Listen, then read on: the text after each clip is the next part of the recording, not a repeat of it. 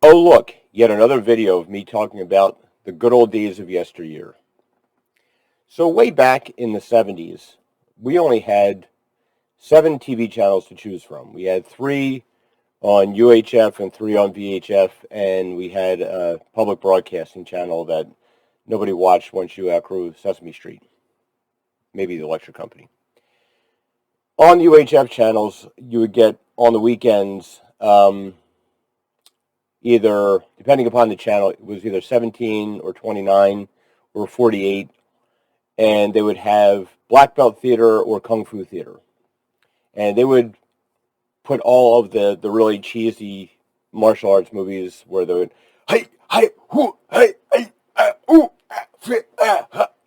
that stuff. And all the voices never matched the mouths.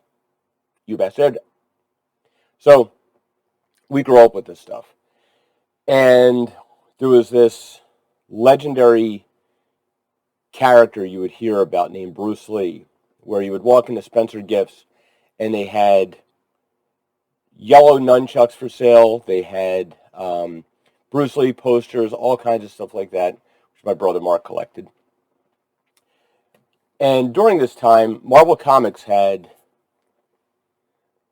the Hands of Shang-Chi, Master of Kung Fu. Look at that image.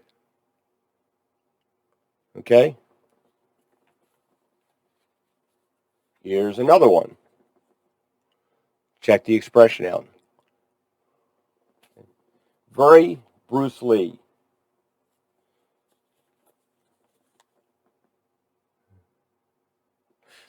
Look at the price tag, 50 cents. Right. This first one is from 1978. I'm old. A couple missing covers because they've been read over and over and over and over again. Let's see what we got here. Now, the reason I'm showing all these is to give you an idea that this series was very much based off of Bruce Lee.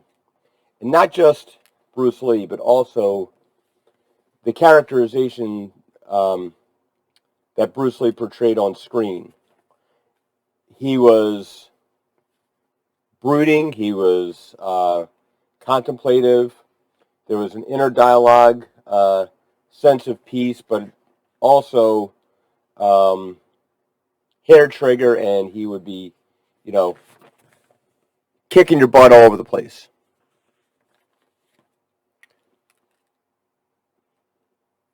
Not exactly what was presented on screen, okay? When I was about 14 years old, my brother Mark took me to see a Bruce Lee triple feature, because back then there were VCRs in existence, but we couldn't afford one. So if you wanted to see a movie, you had to go to a theater and see the movie. So we went to see Return of the Dragon, Fist of Fury, and Game of Death. And I was hooked. I was like, I couldn't get enough of this stuff. And I said to my dad, I started begging my dad if I could take karate lessons, which he replied, no, we don't have the money for that. But it always was stirring in the back of my mind.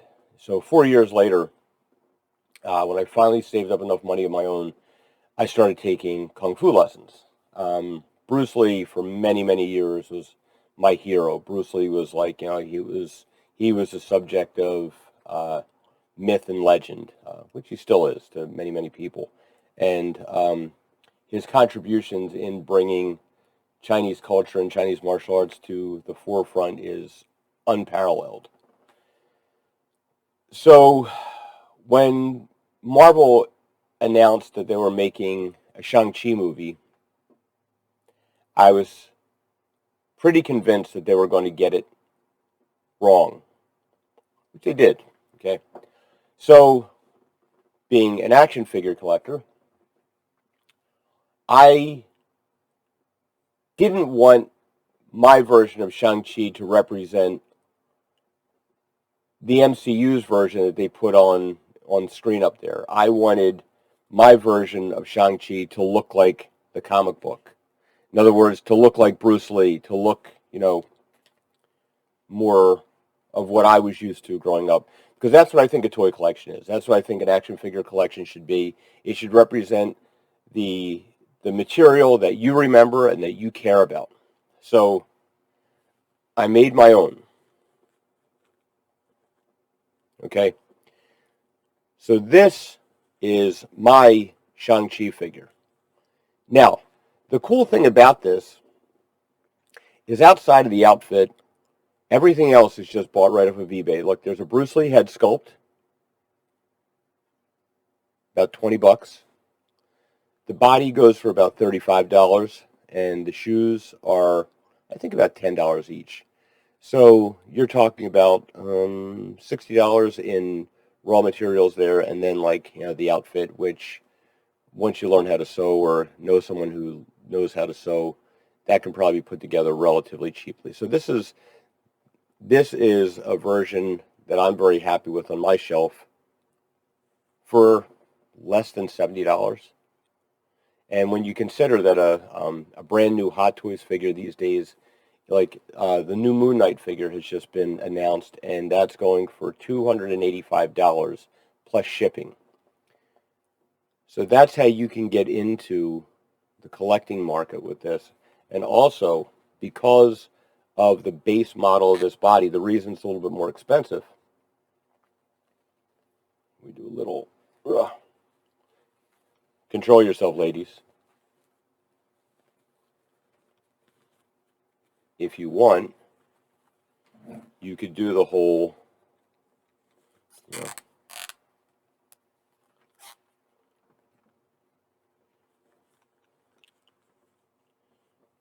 whoop, yeah, disaster.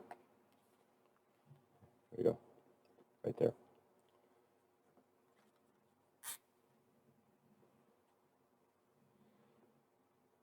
See? So you don't have to spend a fortune to get something you're happy with. I've shown this to many, many longtime fans of Marvel Comics, and every single one of them were a little envious. But it's actually pretty easy to throw together yourself if you're interested in doing that. And that's my main purpose with this channel, is to show you how you can check out these, seeing the opportunities, seeing the possibilities in your collecting. And you don't have to spend a fortune. You don't have to meet some guy in a dark alley and sacrifice a kidney. Not that I know anything about that. Sell both of mine. And I've never partaken in selling any black market organs. But yeah, this is I was quite happy with the way this turned out, and most importantly, I was also pretty happy with how quickly it turned around and got it together. At some point, what I will do is add some of the little circles that he had on all of his the linings and so forth. That'll make it look even more authentic. And I may redo the robes and the pants to make it fit a little more snug. So he looks a little less blousy, like that. But that's my Shang-Chi. Comic accurate Shang-Chi. Thanks for watching.